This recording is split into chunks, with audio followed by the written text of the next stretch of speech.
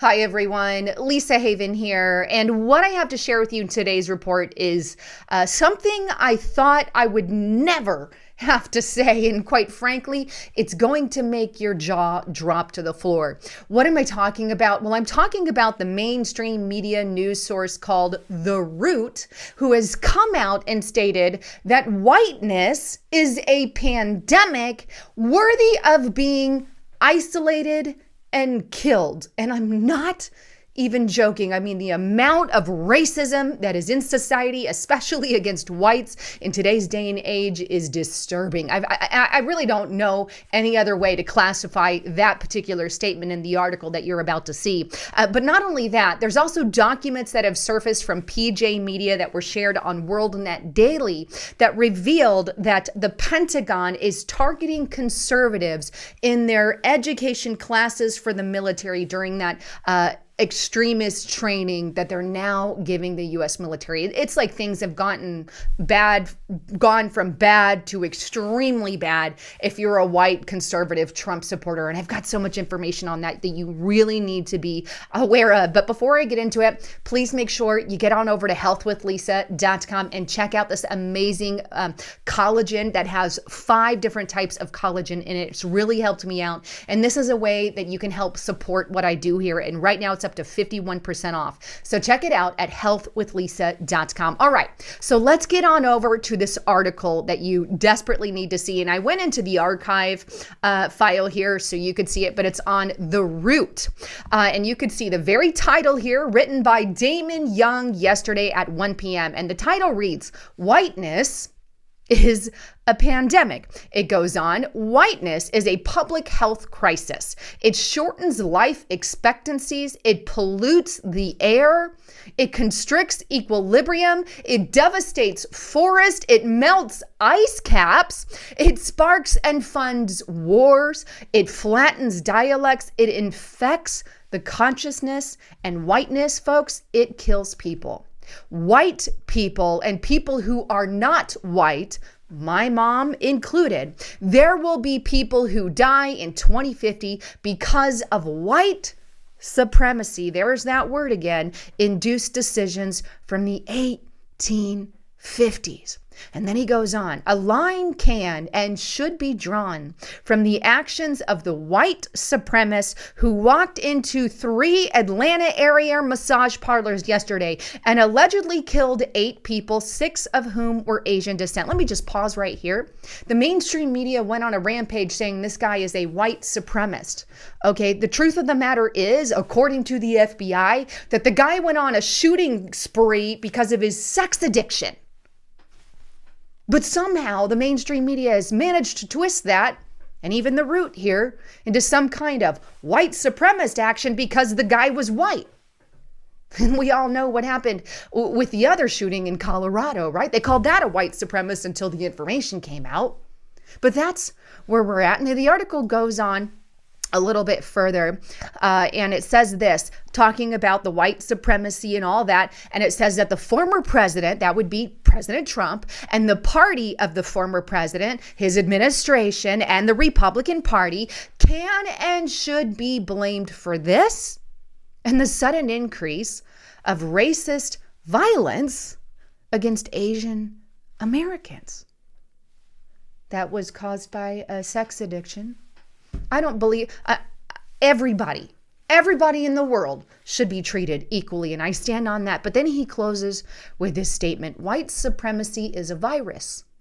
Like other viruses, it will not die until there are no bodies left for it to infect." Which means the only way to stop it is to locate it, isolate it, extract it, and kill it. That's sick.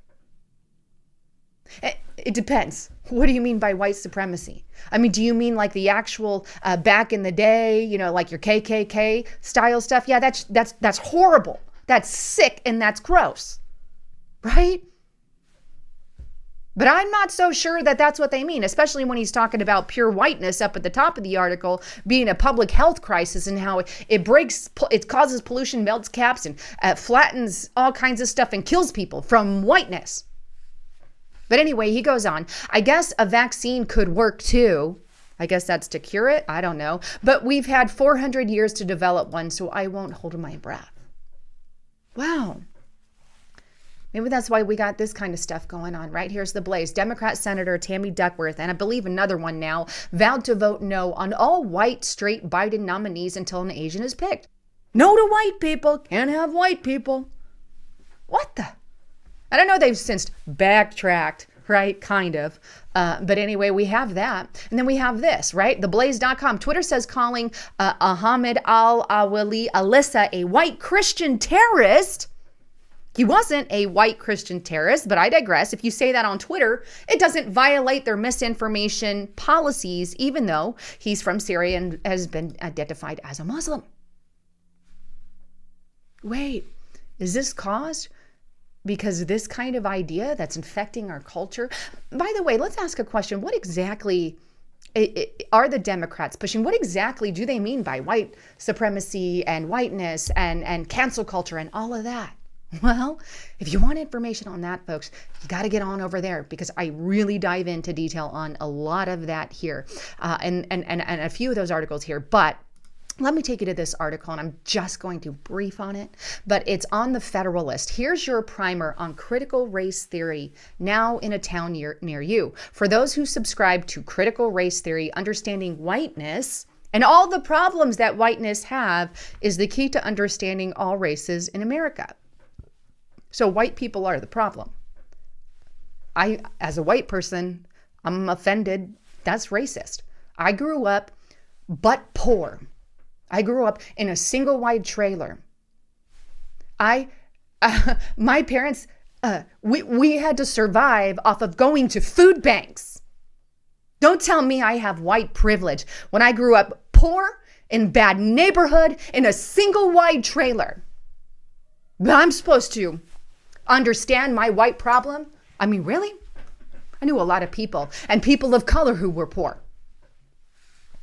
I get so mad. But anyway, President Trump issued an executive order 1319, right, to combat this, which he banned. And guess what Biden did? Biden basically revokes it, changes it, turns it, right? And one of his first action was to revoke that executive order and replace it with advancing racial equity and support for undeserved communities. It depends on what he means for that, right? But if he means to teach critical race theory,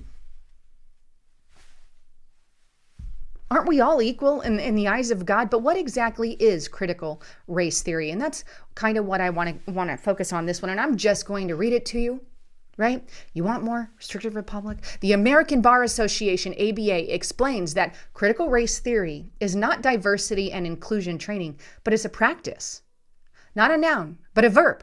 They continue. It critiques how the social construction of race and institutionalization racism perpetuate a racial caste system that regulates people of color to the bottom tiers. Wait.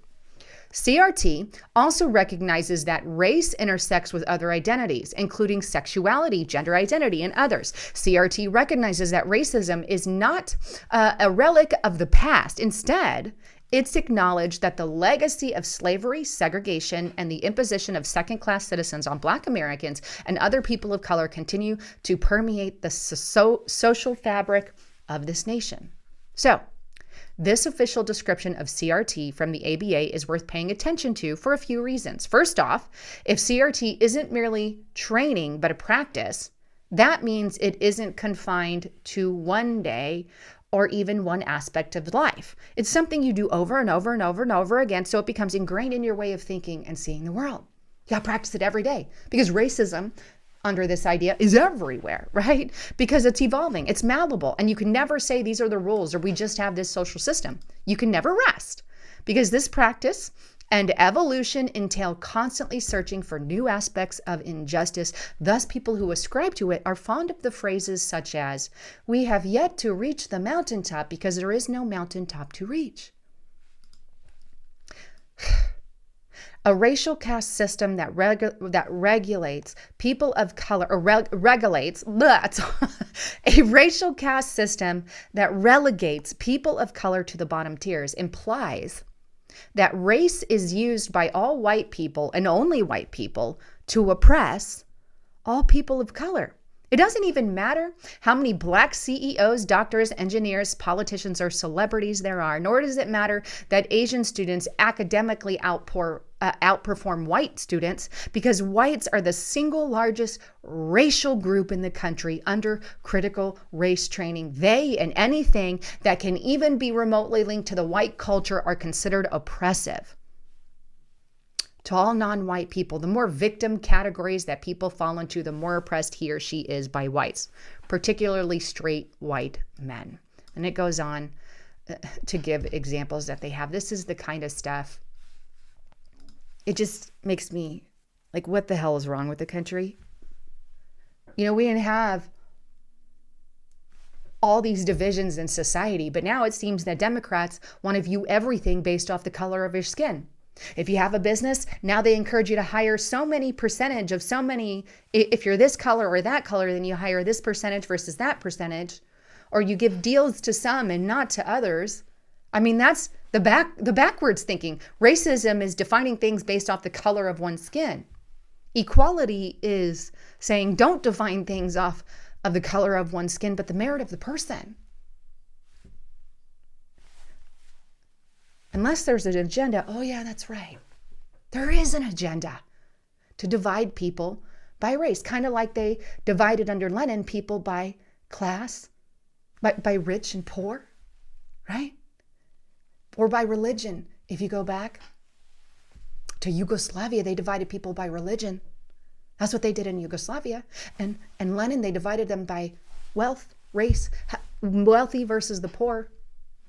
Aborigines, proletariat, ring a bell, right? And here in the United States, let's just divide it by race. I don't know about you, but I'm sick of them dividing us by race. And we don't need to fall for that. Everyone is God's child and created in the eyes of God. We're all in the image of God. Doesn't matter what color you are, or race, or creed. And it's sad that we even have to say that in today's generation. It's like we've gone crazy. Meanwhile, the Democrats want to also say things like this, that Republicans are complicit in all the shootings. Now it's Republicans, aka mainly conservatives' fault.